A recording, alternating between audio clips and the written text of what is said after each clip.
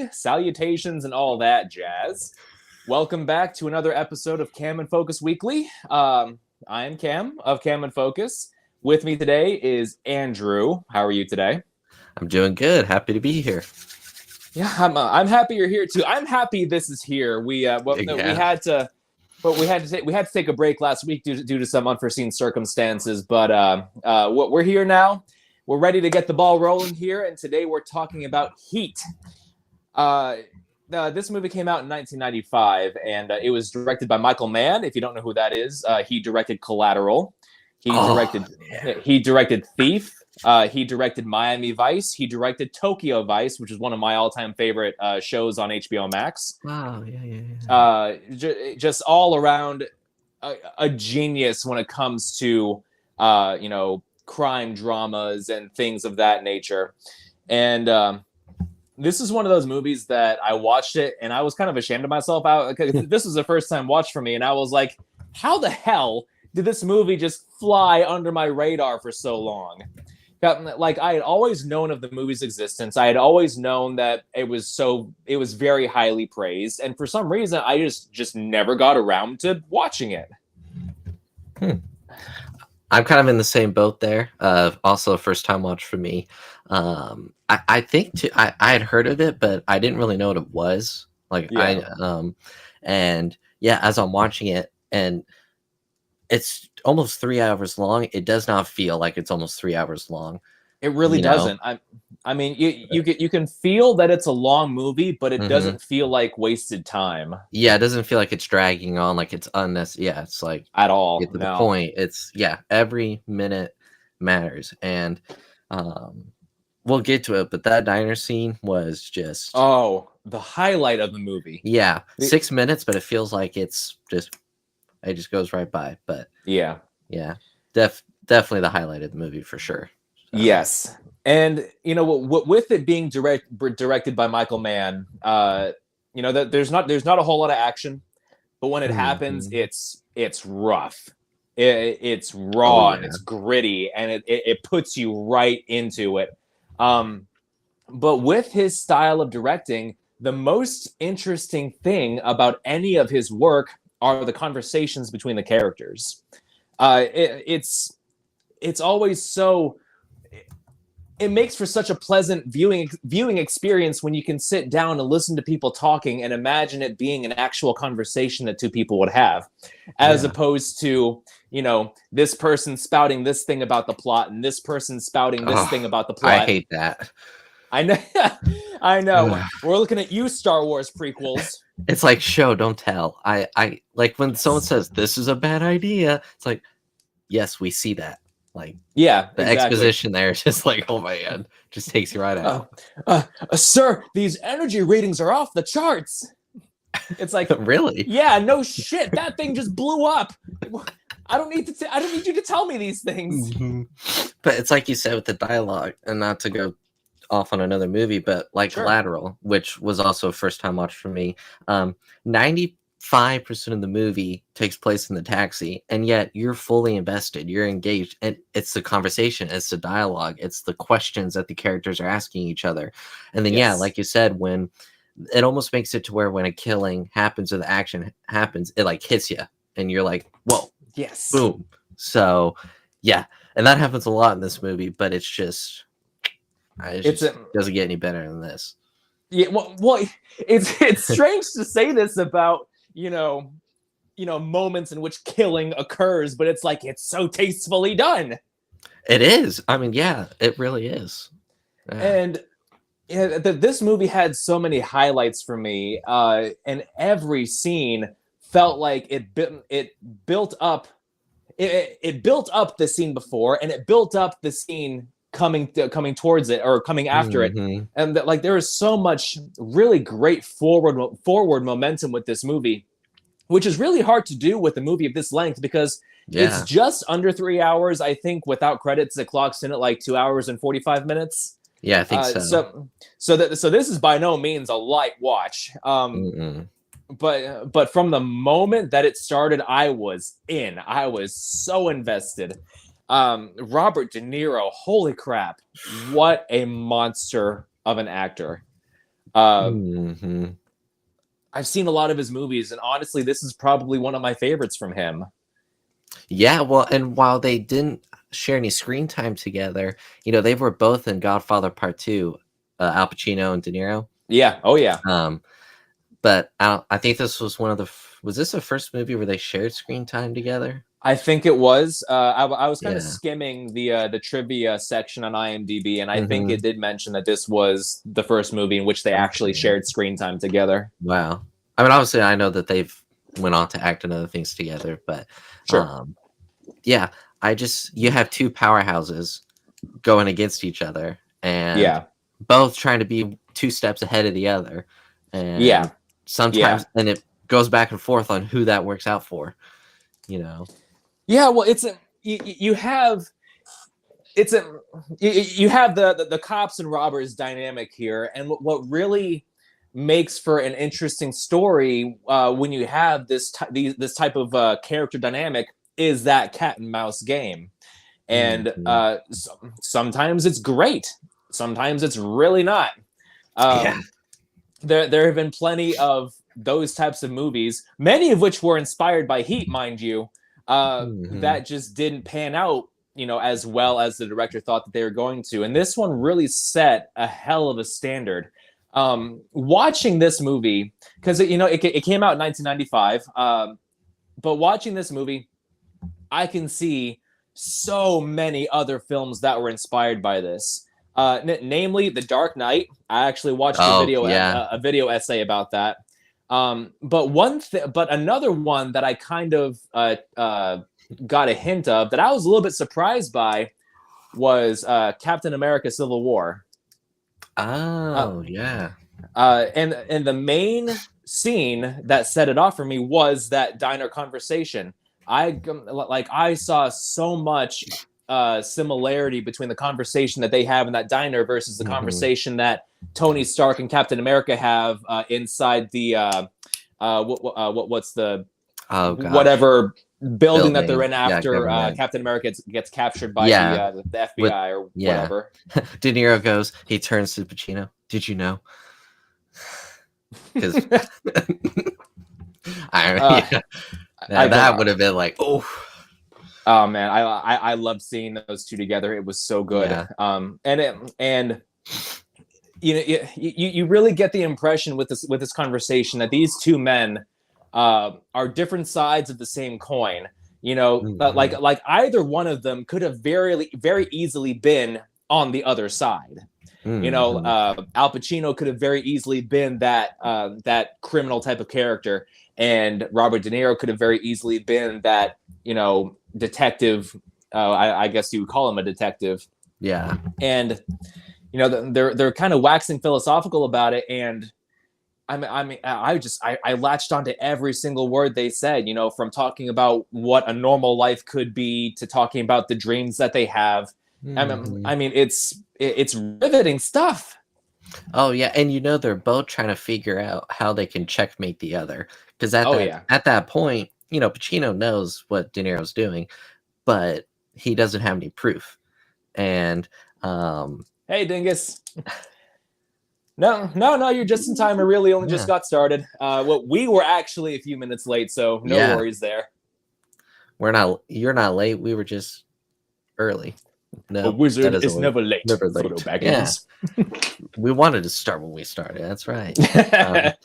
Because there's the scene where the part where Pacino thinks he's like got him cornered, and it's at the like Oh, dock the area of shipyard. the shipyard. Yeah, and then De Yeah. Niro is up taking pictures of him, and yeah, it was just great. Even if the whole movie was just like the diner conversation, I could have watched 3 hours of that easily. Yeah. So, like, Yes. I would have been fine even with that. So, Yeah, and that was such a great setup to how that particular character dynamic would play out because the Al Pacino sees the thief crew kind of what he thinks is casing the shipyard, which what mhm, casing means, looking at it, checking escape routes, checking ways in, et cetera, et cetera. So he thinks they're gonna that that's going to be their next score. And then he gets there and they're not there. And his officers are like, what do you think they were looking at? And Al Pacino's like, us. Mm-hmm. And he's just looking around, looking for Robert De Niro, and he's just up in the rafters with his camera. Oh, great stuff. And you have Al Pacino was so unhinged in this movie. This is based off of a novel, which I actually just found out today. Al Pacino's character does cocaine throughout that novel, which is why he has those outbursts. But that particular story thread didn't quite make it into the final cut of the film. So you have really subdued Al Pacino in the diner talking to Robert De Niro, but then you have sit down, bombastic, Ralph. Yeah, you have bombastic Al Pacino where he's just like, "'Cause you gotta, no, what happened? He's gone. What happened?" I don't know. Yeah, we all you have him talking to Ralph, and he's just like, "'Cause she got a great ass." Yeah. And you cannot watch my TV all over the place. Yeah. And then he takes it and then just pushes it out of his car. But you will not take my fucking TV set. Yes. And the movie does a lot to show you that both of these characters are very broken in their own way, and it really heightens the drama whenever you see that either one of them could easily break at any point in the movie. Yeah. And I mean, Robert De Niro obviously has, the more level head, but he's also the one who feels like he's running out of time. Whereas Al Pacino, he's more, out there and unhinged, but he's comfortable with how things are going because he doesn't know anything else. Yeah. Well, and it's kind of like the line De Niro says, never be attached to something that you couldn't leave in less than 30 seconds. Yes. And that to some people could be a lonely life, but at the same time, that line of work, you can't have attachments because it just, I don't know, just keeps you from doing the work. You're absolutely right. And that philosophy is really personified by his first conversation with Edie, which is the girl he meets at the diner. Mm-hmm. He tells her, "I'm alone, but I'm not lonely." Mm-hmm. That's what I tell people too. There you go. It's like a tough life out here. So someone comes by and like, "Why are you sitting here all by yourself?" "Oh, I'm not by myself. I've got all 10 of me here." Yeah. You don't see my invisible friend John sitting right there? I'm not insane. Every single one of me thinks so. Oh man, that's funny.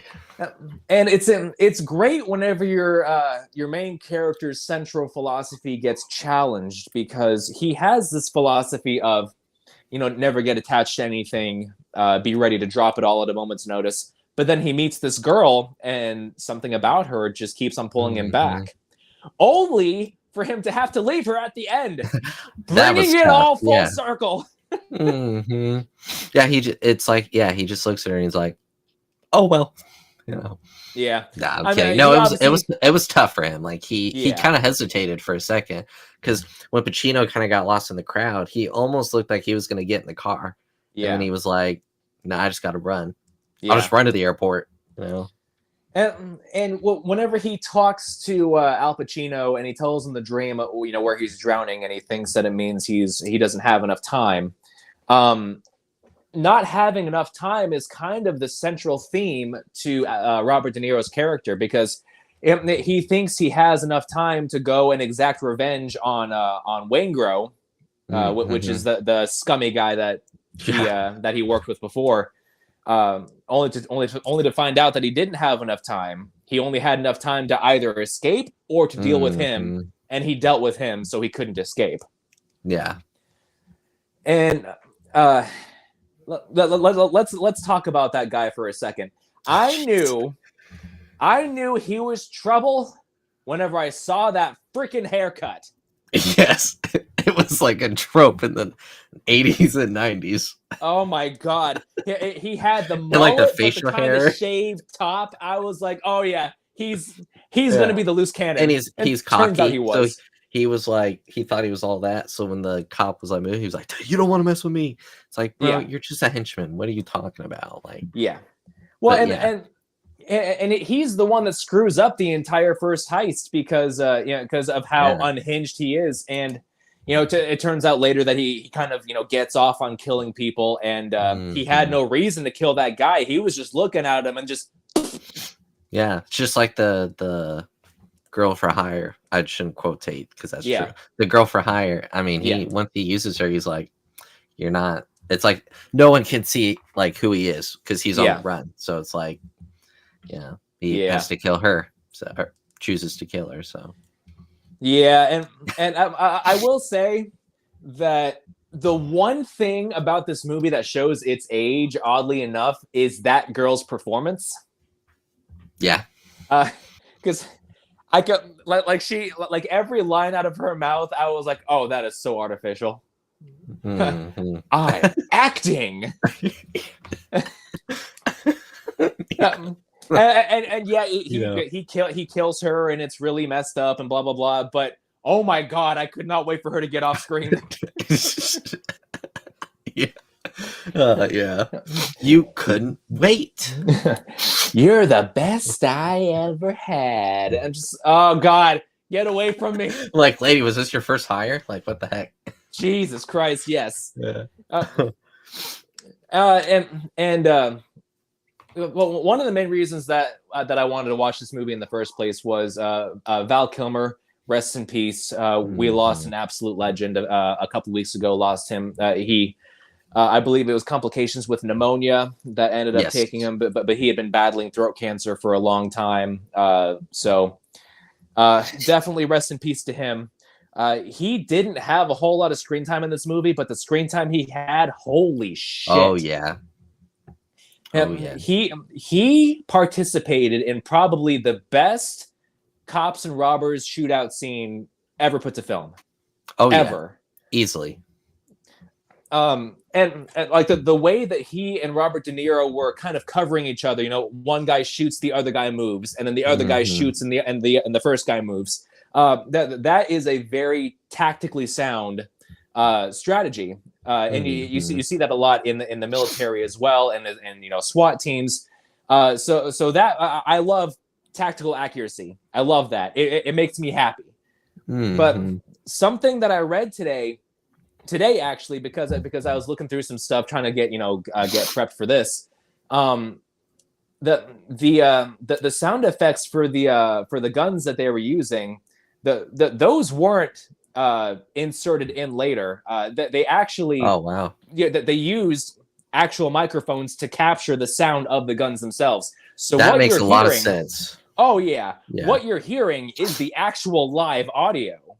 And because I thought they sounded more real than what you usually hear. Oh man, it was crazy, which makes it even that much better. Yes, and when I watched the movie, I was watching it with headphones on, and oh my god, I could hear the shots echoing down the city. Holy crap! It just great sound design.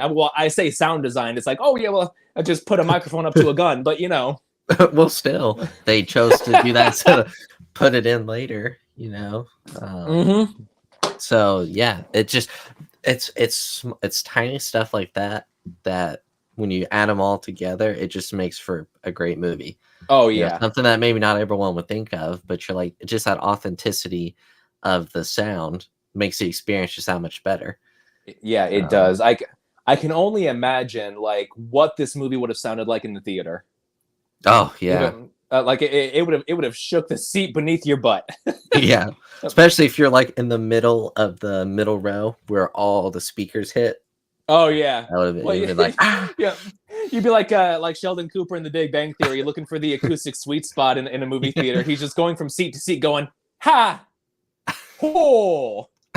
What do you think I do? Because there's never anyone in my theater. Yeah, exactly. They see me going, ha, and they're like, we're gonna go to that screening. So See me there, go, ooh, ha. Yeah. You just walk in with a couple of wood planks, just. Yeah. Yeah, people would be like, all right. And it turns out the acoustic suite, the sweet spot is where someone else is already sitting. You just kind of stand there. It's like you're in my spot. You're in my spot. But my ticket, it'd be like in Friends. Move, shoo. Idiot. It's like, but sir, my seat is listed on my ticket. You just take his ticket and switch it with yours. Whose ticket? Yeah. Well, I actually, so I went to the theater on Friday to see Warfare, and how was that, by the way? Amazing. It's an hour and a half, but it's told from the memory of the soldiers. So it's all it's just like a continuous, just there's no score, there's no like main character, there's no necessarily 3-act structure. It's just from their memories. But halfway through the movie, because it's like you get like sucked in and invested, I wasn't even breathing for part of it. I was like, but Grandpa Jenkins, because there were me and 2 other guys in there, did not put his phone on silent. So like halfway through the movie, his phone starts going off, and he has it setting on his iPhone where it flashes, and he's on my row down here. So I'm like, I'm just invested in the movie, and then his ringtone starts going off and flashing in my eyes. So I'm like, dude, like, come on. But damn it. Yeah. But the movie itself was great. Like it was awesome. Alex Garland, I will never not watch one of his movies. And I think it's a little bit better than Civil War, and I liked Civil War. Oh yeah, well, Civil War was great. I just wish that there was a bit more attention given to the actual story, not like the character story, but the overall story.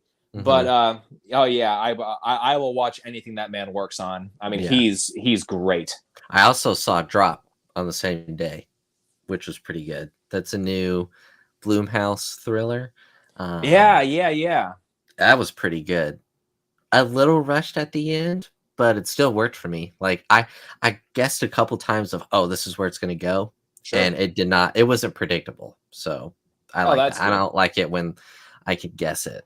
I'm like, but I kept me on the edge of my seat. So, and that's the problem with a lot of movies today. So many of them are so inspired by or derived by previous movies that when you start to notice a pattern, you can see the roadmap of where it's all going, and it kind of kills the experience a bit. That's part of the reason why I have such an appreciation for kind of older movies like 80s and 90s movies, because that's whenever cinema was really starting to blossom into not just a conveyance of story, but as an art form. And movies like Heat, bringing it right back to as Heat. We hear the sirens in your background. I know there's a not a major road right there, but it's kind of the main through road of the town that I live in. Yeah, but I mean, with this movie, I really had no idea where it was going. I could see the stepping stones laid out for how certain story beats would be addressed, but I didn't know how they would go, and I love that. Oh yeah, well, and not to go too off the rails here, but like that's the thing about Drop was 95% of the movie takes place at a restaurant.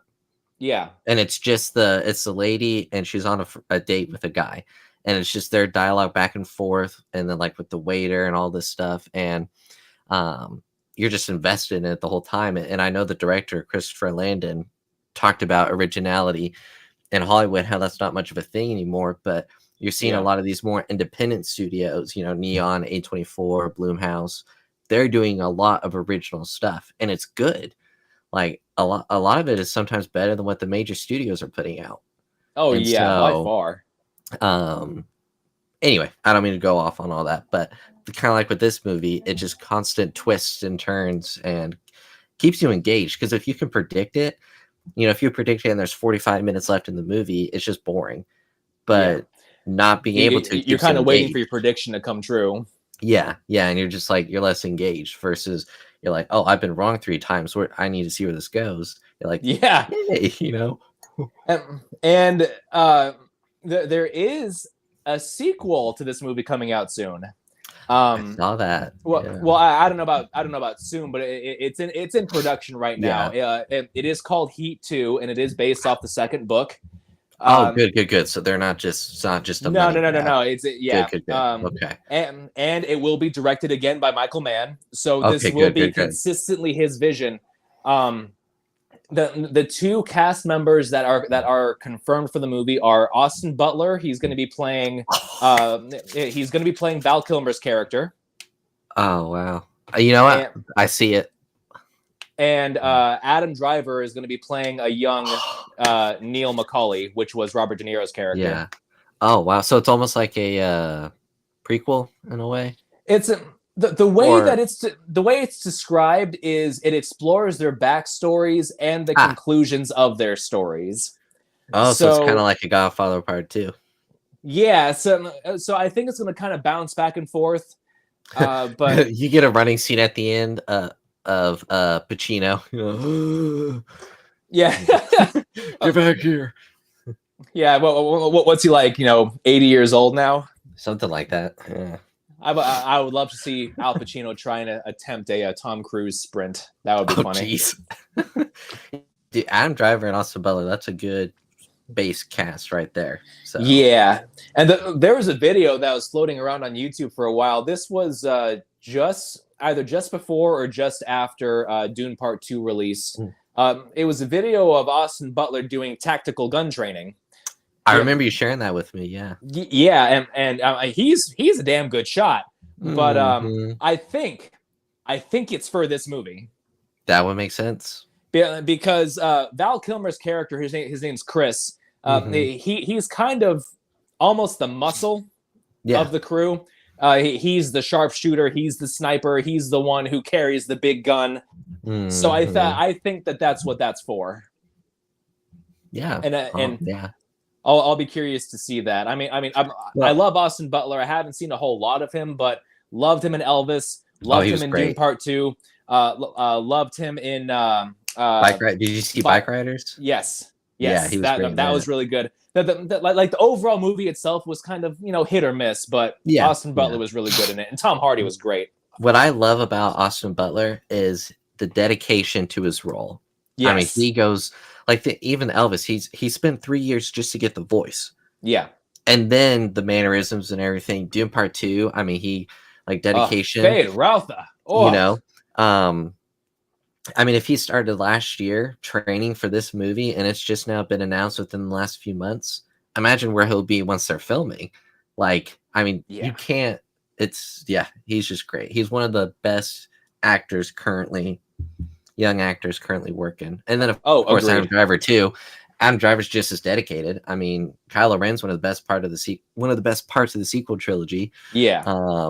Even though I wasn't a huge fan of the movie overall, he was still good in 65. Yeah. Trying to think what else I've seen him in. But Marriage Story. I don't know if you've seen that. That was with Scarlett Johansson. I think so. I've seen parts of it. I know. That is a freaking miraculous movie. I love Marriage Story. I gotta get to that because I know I've seen clips of it and I'm like, it looks good, but he was in Ford v Ferrari. Midnight Special. Black Klansman. The Dead Don't Die. Last Duel. I just remember that. He's great in The Last Duel.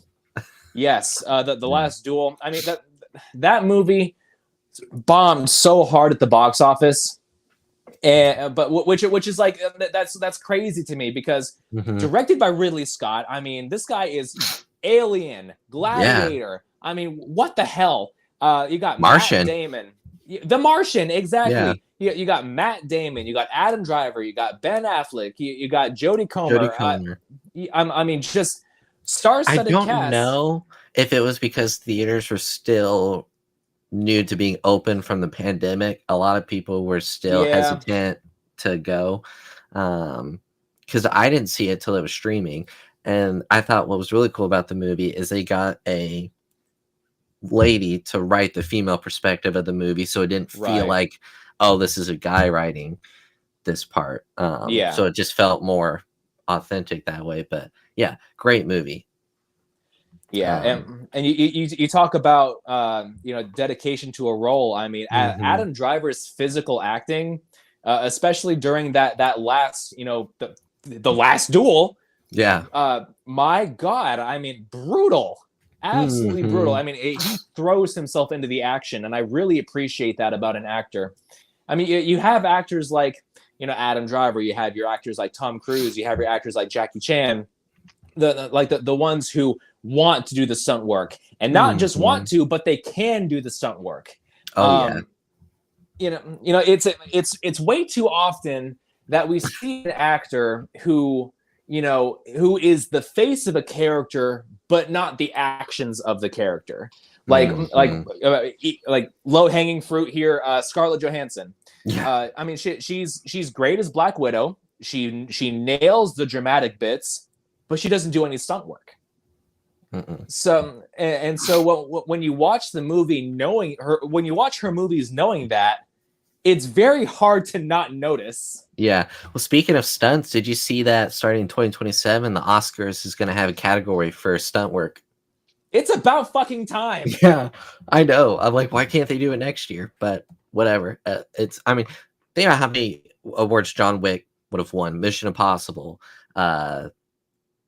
Any other action series that I just can't think of off the top of my head, or movies like The Raid. Yeah, like the Raid. That movie was made on a budget of less than $1 million, and it became one of the most influential action films of all time. I mean, this guy was. I think it was filmed in Singapore. Or no, Indonesia.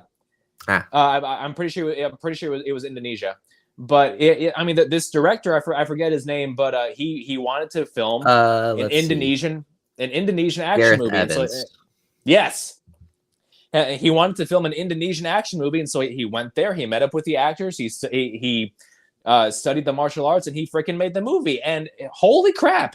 I mean, this out. It's bare bones as far as story goes, but that's not the focus. The focus is the action. And for under $1 million budget, it made over it made almost 10 million worldwide. Yeah, that's impressive. Yeah. And since it came out, a lot of movies have tried to emulate that style of action filmmaking. That's why we have movies like John Wick. Yeah. Well, you know why I almost love watching low budget movies sometimes is because there was a quote I heard one time. It was limitations sparks creativity. And so you almost have like a bigger appreciation for it because you know what they had to work around to get the end product. Sometimes there are cases where it's like but I was looking at Ash. Unfortunately my theater's not showing it at the moment, but that's a shame. That budget was like that was under $1 million, right? That I saw. I don't know. I gotta double check. I don't know if. Last I knew, the budget hadn't been disclosed yet. I don't think it even made $2 million at the box office, which I think is criminal. But it is what it is. I'm definitely gonna get it. I was looking to see if it was already on Blu-ray because I'm definitely gonna get it. Okay, I know it just came out, but let's see. Its budget. Okay, yeah, it hasn't said. Okay. Oh well. Anyway, my point was that sometimes it's fun to watch low budget indie films. So yeah. Well, the most famous. I mean, I don't mean to keep on getting away from Heat here. We'll get back to it here in a second, but it's mostly my fault. Oh no, it's totally fine. The most famous low budget indie film of all time, Evil Dead. Oh, okay. I didn't know it was low budget. Oh, so low budget. I think their budget was like 50 grand or something like that. Wow. And what like when the actors would get hurt in the movie, they were getting hurt on set because they couldn't hire stunt doubles, and they didn't have a production crew to regulate when these things would happen or how these things would happen. Like people were getting hurt on set. Like Grizzly. Budget was 350,000 estimated. Now I don't know if that's adjusted for inflation. That could be adjusted for inflation. I'm not sure. It could be, but I mean, still, under 500,000. That's I mean that's no small feat. Yeah. Um, yeah, it's great to watch a movie that forces the producers and the crew to work with what they have rather than try and buy what they don't. Yeah, yeah, exactly. And think outside the box. Sometimes you have to work the script or story a different way. Usually, a lot of those movies are only like an hour and 20 minutes, but there's a lot of story in there. Yeah. Versus, some of the 2.5 hour movies nowadays, it's a lot of just la la la la la story. Godspeed, Egypt. Oh, jeez. No. We're gonna go there. I'm gonna say the Emu War. That is one. That's probably my least favorite independent movie of all time. Yeah. Well, that movie was an hour and 10 minutes, and it was chock full of story. That's true. It just wasn't a good one. No, it was not. Oh man. Yeah. Anyway. So Heat. Yeah. Oh, what were we talking about again? We were the Emu War, I think. Oh, well, Dad. I was trying to come up with something witty to say, and I just couldn't because the Emu War just saps the life out of me. Well, I noticed how in Heat sometimes when they ran and they were shooting, the gun was up instead of aiming at the person. And I'm like, no. That's not what happened, chat. That's not what happened. Hey, you want to talk about a shot?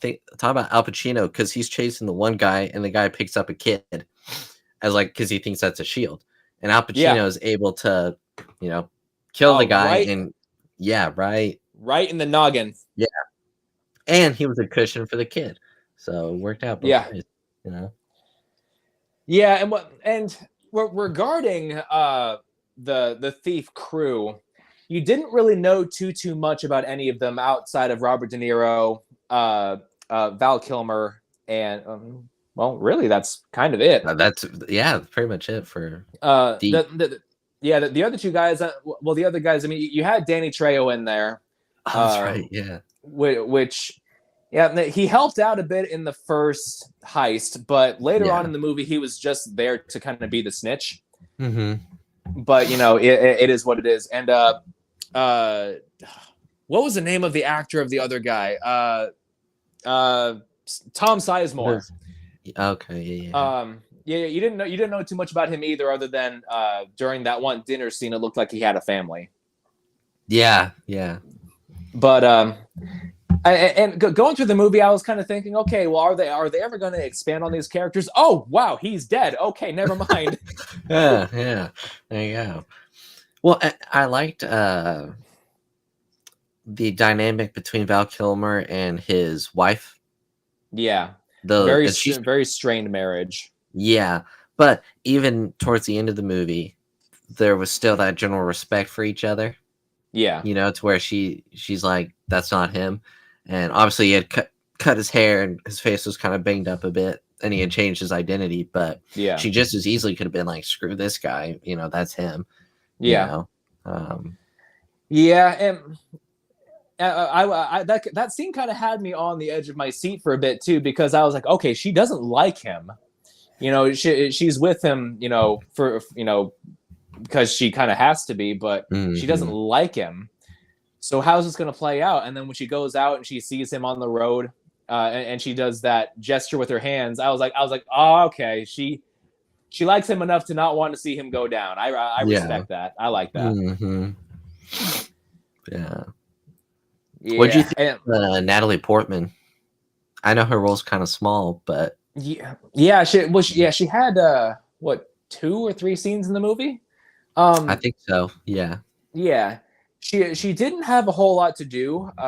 She was there mostly to give greater weight to the narrative of Al Pacino.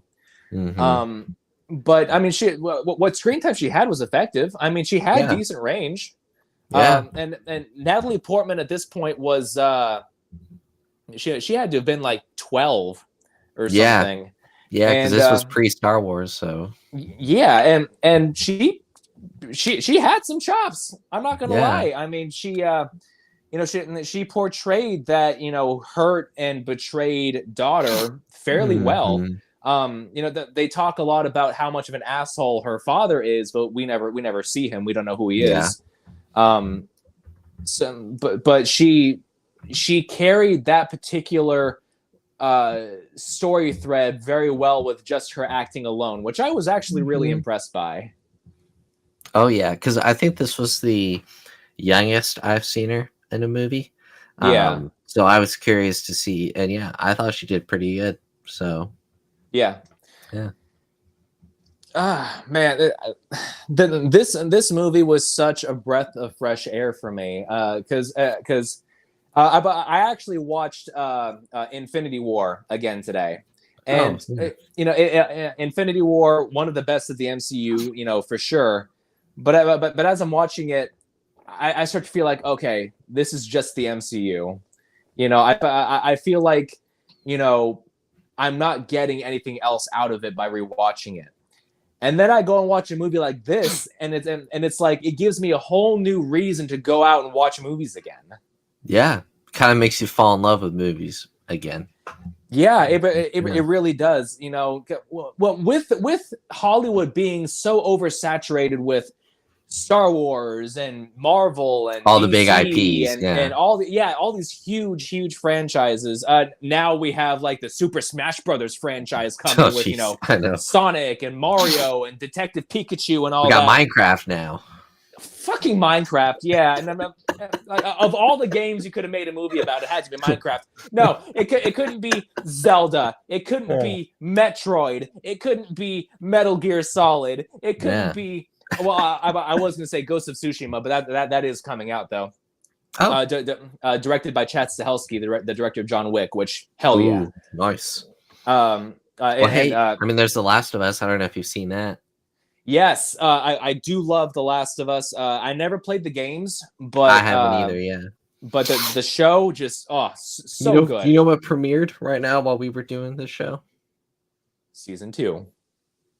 So that tells you how much I like this show that I decided. Yeah, and I'm not gonna lie. After we log off here, I might actually go and watch it before bed because I've been waiting for it, man. I loved the first season. Mm-hmm. It achieved the balance of the threat of the people with the threat of the zombies, whereas you have a show like The Walking Dead where it's just the people. The zombies are just kind of like background noise. Well, I can remember. Yeah, I remember watching the first episode. I knew nothing about the games. I saw one trailer. That opening scene of it happening and like his daughter getting shot. I was hooked just from that part. And yeah, every Sunday night I was like, all right, The Last of Us, let's go. And then it was like after 8 weeks, I was like, now what am I going to do? It's you just kind of sit back and contemplate where your life is going. You're just kind of sitting out in your porch in your rocking chairs. Like, I'm like the meme of the guy standing in the pool and then on his rocking chair and just, Mr. Bean, just like checking my watch, laying down in the grass. Like, what am I going to do for the next 2 years? Yeah, I'm definitely stoked for that. Yeah. And this movie makes me want to go and watch like all of Michael Mann's movies.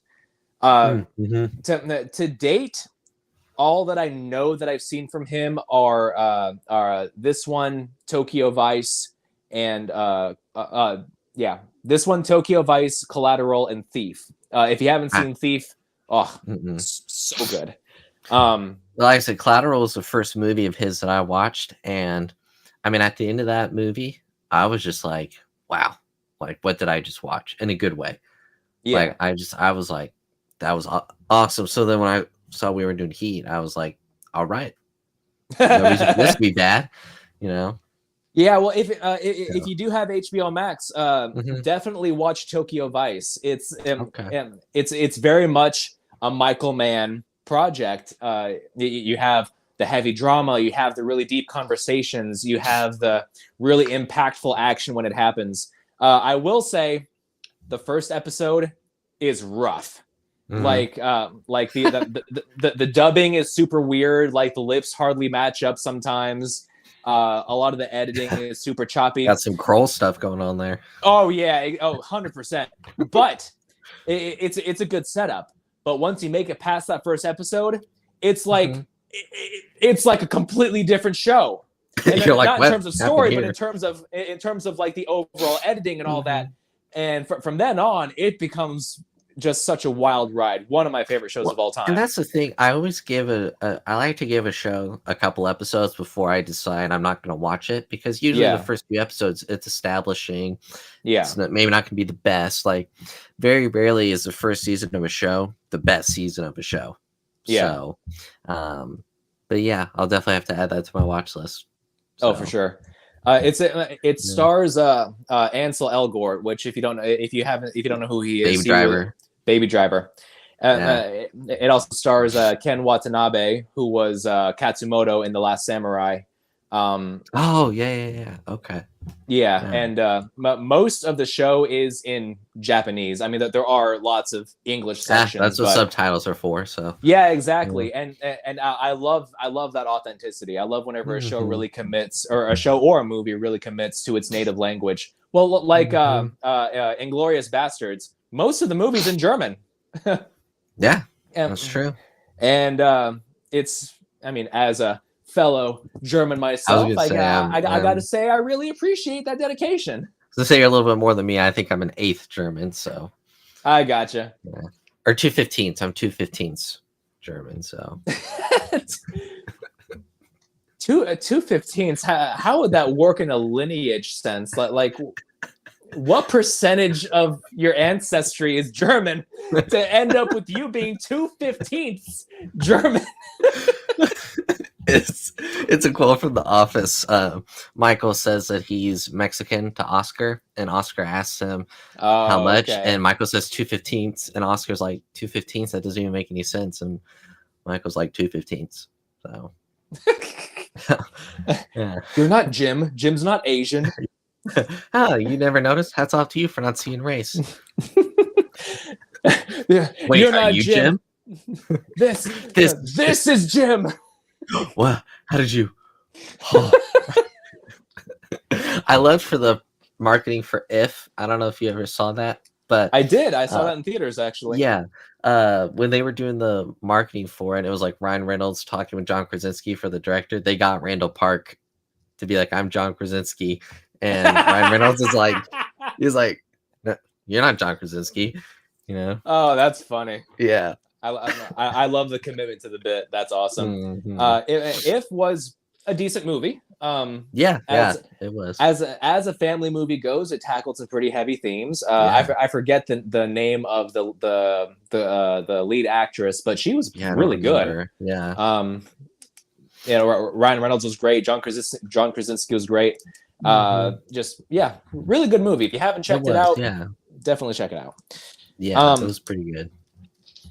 Now the last thing about Heat that I want to talk about is the ending, the end scene. Yes. Oh my goodness. So you have Robert De Niro and Al Pacino kind of chasing each other, and they go into the field of an airport, and hardly any hardly any shots are fired. No dialogue either, which was great. It's just them looking around corners for the other guy. And I was worried it was going to be one of those scenes where it was like, I know you're hiding, or I know you're out there. But yeah, I loved that there was no dialogue whatsoever. Yeah. It was just them playing cat and mouse, And with me watching this movie with headphones on, the first time that a plane flew overhead and completely illuminated, the whole area. I mean, the shots were great.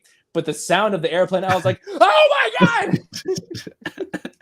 Yeah, it's so jarring. But then again, it's supposed to be, because that scene kind of sucks you in, and it's just quiet, and then it's like it adds that layer of unpredictability to it. And finally, whenever the second airplane goes over, and Al Pacino sees Robert De Niro's shadow as he approaches and turns around and shoots him. As Robert De Niro is laying there dying, he tells him, "You see, I told you I'd never go back." He's talking about the prison that he was in.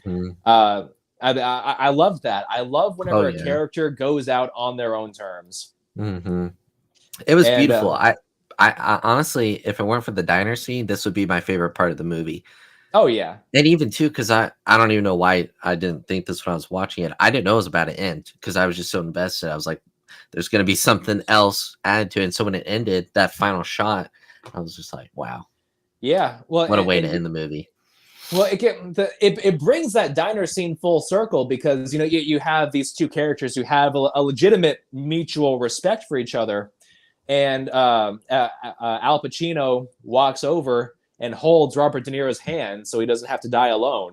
Mm-hmm. That I thought was just so profound, and Mm-hmm.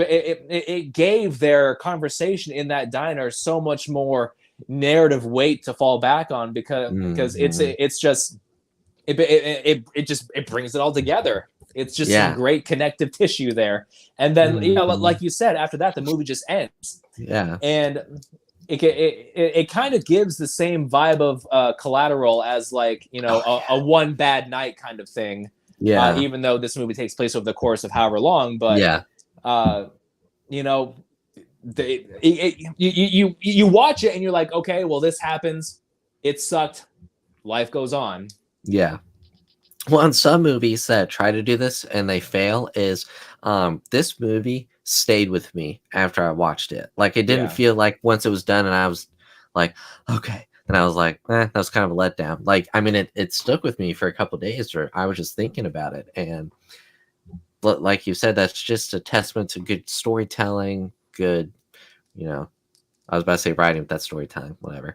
yeah, Whatever. Like, just I know what everything you mean. about it was just basically perfect. Essentially, I rarely give a movie a 5 out of 5 on a first watch, but this was one of those where I was like, no, I don't need a second watch to confirm. Like this is a perfect movie for me. So Oh yeah, I agree. And you're right. It is one of those movies that it sticks with you for a while after it ends, and it's always nice coming across a story that can get you wrapped up in that way. Because it's just as much fun experiencing the movie as it is going through and mhm. examining the story and picking it apart and learning about all the things you might have missed and all the subtext and all the Mhm. implications. And it's wonderful whenever you can really get that invested. Well, one of the last movies, one of the last things that really did that for me, well, several actually, three, I'll say, Mhm. Dune Part Two, Yeah. or the duology in general because Mhm. it's half of a whole. Yeah. Love it, love it, love it. The second one would be Final Fantasy 16. I don't know if you're a big gamer, but I haven't played those yet. yeah, I mean, you don't have to have played any of the others to appreciate Ah. any of the ones that you could play because each one is its own thing. Oh, nice. Unless you play like Final Fantasy X Part Two or Ah. Final Fantasy 13, that one's a Mhm. trilogy. Ah. Whatever. But Mhm. Final Fantasy 16. After that ended, I could not stop thinking about the story. Like I was like foaming at the mouth trying to get as much info as I could about it. Mhm. Um, and the third thing for me lately has been another game actually called Lies of P, which it's a game that's I don't know if you know what the Souls like genre is, but I mean that's a whole Not too different familiar. Yeah. yeah that's a whole different topic of conversation. But it's basically a gothic adaptation of the original story of the Adventures of Pinocchio. Oh, okay. Uh, that novel was written back in the 1800s by Carlo Collodi. If you haven't read it, the original story, holy shit, is it grim, but Mhm. but fantastic story. And that this game really just wrapped me up. I've been trying to play other games since I finished it, but all I can think about is going back and playing it again, Mhm. which is just unbelievable. But yeah, it's not like it's always a very special thing coming across something Mhm. that invests you that much. And two, it's always like exciting for me when I'm watching a movie and um I happen to see how far I'm into it and it's like like for this movie, like an hour and a half, and I was like, whoa, I thought I was only 35, 40 minutes in. But yeah, that's just the flow of it is so good that it just. But it's awesome though too, because this movie in particular, you're like, oh my god, I've been watching for an hour and a half. Holy shit, I've got a whole other hour left. Yeah. I was like, uh-oh, it's almost 8. I was like, so. What do you have, a curfew or something? Well, for the show before we knew it wasn't gonna. Oh yeah. Because I was watching this on last Sunday. I was like Sunday afternoon, and I was like, but it all worked out. So. Oh god, cutting it close. Roll credits at 8:59. Oh, finally. Yeah. Yeah. It's like, all right, guys. Yeah. That's how I felt. Although that finally is how I felt with Emu War, but it was more of a. That was I have persevered. Stop making me think about that damn movie. We need to like have Men in Black just wipe it from our memories. Oh. Yeah, we ever watched that movie. I've got another movie. We just started talking and we kind of hit it off. You can't force that. Shut up. And that, kids, is How I Met Your Father. I am in heaven. Speaking of which, I've got another. It's not as bad as Emo War. It's actually a fun, silly, but it's an independent movie, like a home independent movie that I watched on Tubi. That I'll tell you about after, because in case you're like, I don't want to watch that, then I'm not getting people's hopes up for a movie they've never heard of before. So, all right. Well, we're just about to hit an hour here. Andrew, any final thoughts about the movie? Anything that I might have missed, or any closing notes about it? Yeah, I mean, I know we kind of jumped around a little bit, partially just my fault there. That's all right. I love the conversation. It's all good, man. Such a great movie, and I'm excited for the sequel now. Whenever that happens. Yeah. If, like us, you haven't seen this movie yet, go watch it. It's on Netflix if you have it. It's great. I don't know if there were any nominations here for acting, but there should have been, because acting is top notch. Honestly, there's no complaints out of this movie. Like I said, I already think it's a perfect movie. This probably will go down as one of my all-time favorite movies. That's great. I'll probably watch it a couple more times. To know that. I usually watch. I want to watch it a couple more times just because I don't want to go off of one watch and be like, oh yeah, sure. I like to make sure that it isn't just recency bias. But yeah, great. I gotta find the book now, because I definitely want to read that. Yeah. Yeah, I feel like I'm not really adding anything else now, but yeah, just such a great movie. Yeah, and I absolutely agree with you. I think that even though I've only watched this movie once, the fact that it's stuck with me for so long is definitely a testament to its quality. I don't know yet if I can call it one of my all-time favorites, just because no movie that I can call an all-time favorite isn't one that I haven't seen at least 5 times. Exactly. So, that's why I was like, I'm holding off on that. So yeah, you are absolutely right there. But it just knowing that I loved it so much, like that quality alone merits a rewatch. So I will definitely be rewatching it here very soon. Now that I've had a lot of time for it to kind of digest. We're launching a new podcast, Camo Focus Rewatchables. There's definitely not another podcast out there with that name, so don't fact check yourself.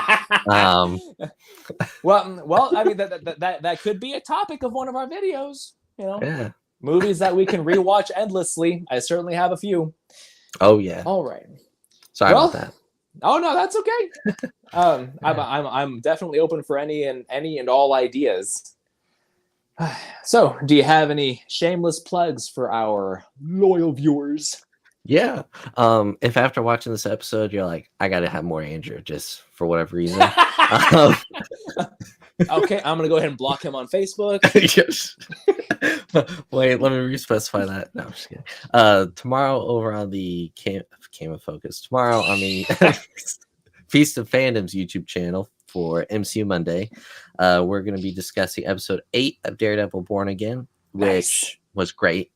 Really good episode. Thursday for the Cantina Happy Hour on the Feast of Fandoms YouTube channel. Cam, that's Thursday. My week has been all kinds of cattywampus, so yes, I have been absent. I apologize. That's all right. We'll let it slide this time. We'll be discussing the film Galaxy Quest. Nice. And with that, David from a couple years ago at Fan Expo Dallas got an art piece by Jim Ferguson of Alan Rickman's character, and it's a poster about probably this big. Yay big. That will be given away during the live stream. All you got to do is just comment during it, and then David will do a random number generator, pick the comment that fits that number, and then that's how you win. So that's pretty. And on all the Feast of Fandom socials, we've been posting about that to get the word out. Next Sunday, I'll be back here discussing who knows what, but I know I'm going to enjoy it. Lastly, David and I, on the last weekend of May, are going to Fan Expo Dallas together, which is going to be a lot of fun. They just announced like the whole cast of Back to the Future is going to be there, so I'm really excited for that. David's going to have a lot of free stuff to hand out, so what you got to do is if you see me before you go, you come up and you say, "Where's David?"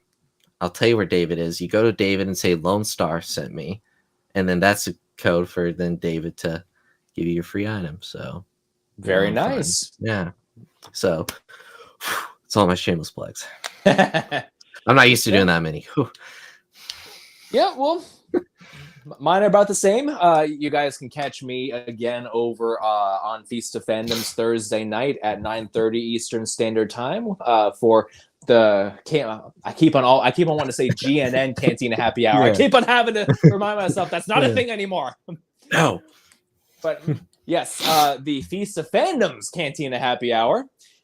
Typically they do talk about Star Wars, but this week they're talking about Galaxy Quest, which is a very fun movie.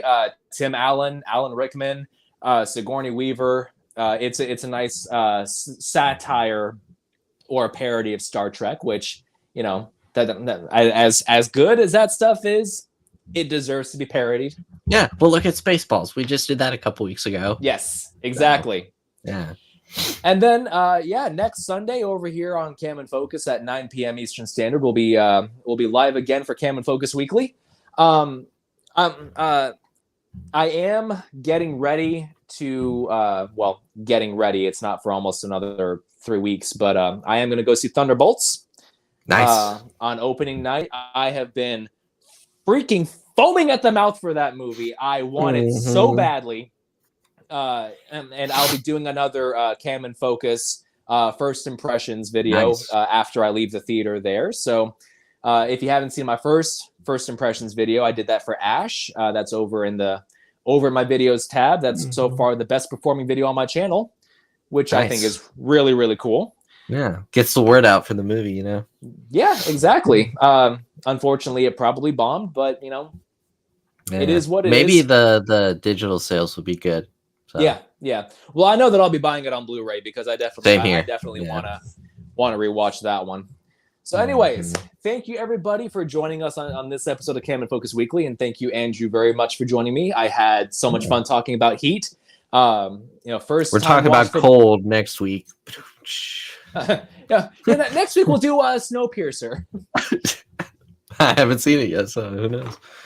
Yeah. We could do Snowpiercer. Well, I'm probably not going to do Snowpiercer next week, but we can sometime add that to the list. Chris Evans, directed by Bong Joon-ho.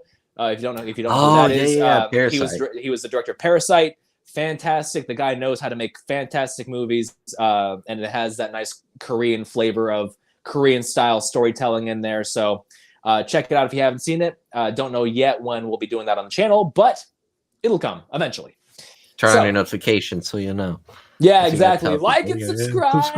And turn on your notifications, and help the algorithm. If I can get this video to 5,000 likes, I'll do Princess Leia cosplay again. I don't know. Jeez. No, thank you. Oh, what? You didn't like what you saw last time? Teemu, Princess Leia there. Yeah, that's okay. I don't blame you. I didn't like what I saw last time either. Also, it's not much different than right now. So thanks for joining us. We'll see you guys next time.